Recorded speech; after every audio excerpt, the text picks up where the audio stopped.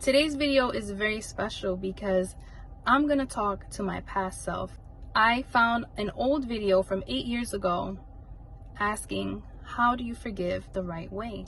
And I'm gonna play that video, I'm gonna watch it, you're gonna listen to it, you're gonna watch it as well, and then I'm going to answer my own questions.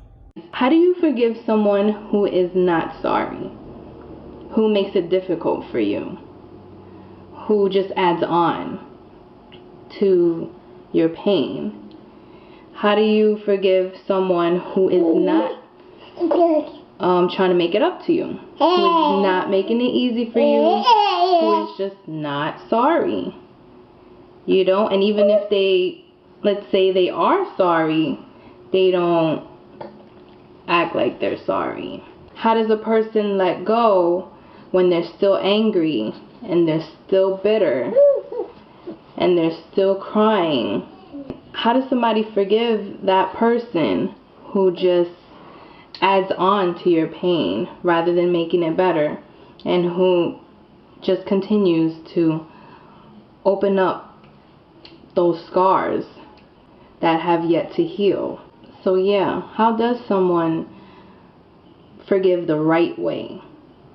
Because you can say that you forgive this person, and you can want to forgive this person, but are you really forgiving this person when you're still bringing it up, and you're still angry, and you're still bitter, and you're still crying? That's not letting it go. That's not forgiving the right way. Even though you want to, and even though that you say that you do, but by the way that you're living and by the way that you're acting, that's not showing that you forgave the person. It's easy to forgive someone who is, you know, trying to make it up to you, who is good to you, and who is basically genuinely sorry. Ginger baby, this is my beautiful baby. Can you tell mommy that answer? How do you forgive the right way? So with that said, the inspiration for my makeup came from The Incredible Hulk. At times I can go through stages that go from sadness to anger to rage. Until my next video. As you know, of course, I take notes. So I wrote down all the questions that I had asked. How do you forgive someone who keeps adding on to your pain? How do you let go? How do you move forward? How do you let go when you're still angry and you're still bitter and you're still crying? All that person does is reopen old wounds. So how does someone forgive the right way? You want to forgive. You say you forgive. But how you're acting is not showing forgiveness. How do you forgive where you're happy and you're healed and that you don't bring it up anymore? It's easy to forgive someone who is sorry and who wants to make it up to you. But how do you forgive someone who is not sorry, who makes it difficult, who adds on to your pain, who is not trying to make it up to you, and even if they're sorry, that they don't act that way? So I'm here to answer those questions to my past self, right? I'm answering those questions to myself. So I'm going to talk to myself and just people in general who are in those type of situations. How do you forgive? 3 things. Number 1 being, you have to make a decision, an ultimate decision, to move in the direction of God. How do I follow God? Well, you learn about it, right?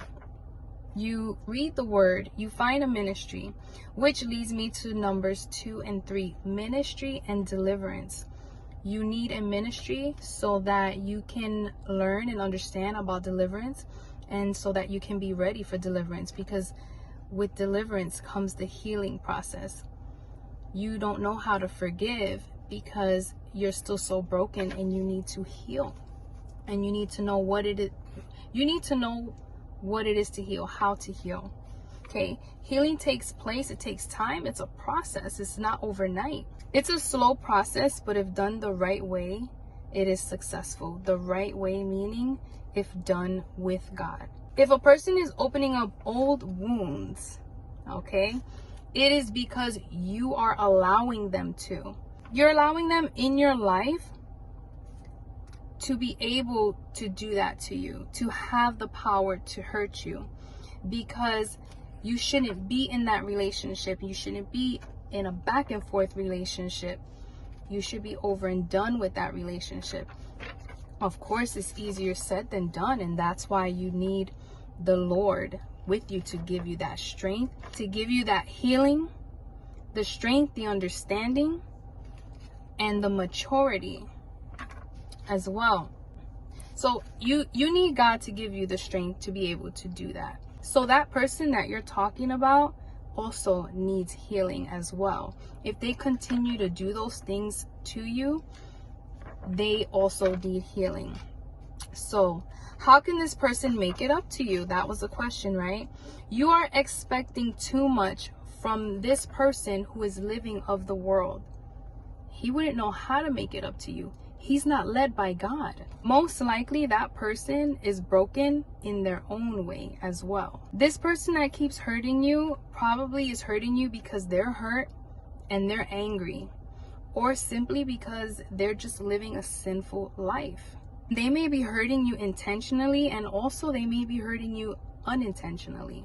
They know no better because they don't know God. How does one know God? You know God by building a relationship with Him, by having an intimate relationship with Him, by having a prayer life, by being planted in a ministry, by reading His word and by following His ways, by being obedient to His ways, by honoring Him, by worshiping Him, praising Him. That is how you get to know God. Deliverance is a lifestyle. It's not an overnight thing. It's not something you do one time and that's it. You know, you're good. That is a lifestyle, and you're taught that. That's why it's important to be implanted in a ministry who teaches that. So when following God, I did another video called the DOC method, because D, dedication, O, obedience, C, consistency. I believe those are 3 keys. When following God, you know, you have to be dedicated, most importantly, obedient. And then without consistency, none of that matters. So those 3 go intact. So you live a life of dedicating yourself to God, being obedient to His word, and then just being consistent with that lifestyle. Through deliverance and God's healing, you'll be able to discern the spirits. You will have compassion and understanding, because you will know that that other person has spirits operating under them to hurt you, to cause a stronghold of unforgiveness over your life. That is the agenda of the enemy, of these spirits, to cause a stronghold of unforgiveness over your life. The enemy wants you in a cycle of chaos. God grants you the strength to stand on your own and not settle, only if you are open to it. God can't force you. God can show you, speak to you, give you prophetic word, a circle of people to support you and pray for you, but you have to want it. And you have to depend on God and not on man. Not trying to, you know, distract your pain by entertaining another person. So I look at myself now and I see, you know, my growth and my maturity, healing, of course, and I just see a totally different person. But when I look back, you know, I see someone who was very broken and hurt and just you know, lost. And so this video is very special because I get to talk to my past self, kind of, you know, and also talk to those who are in that situation that I was in. And I hope that this video speaks to you, just how powerful it is to make that decision to change your life towards the direction of God, and then implant yourself in a ministry, and then finally deliverance. Very important for your healing process. So I hope this was helpful. Stay blessed, and I'll see you in my next video. Bye.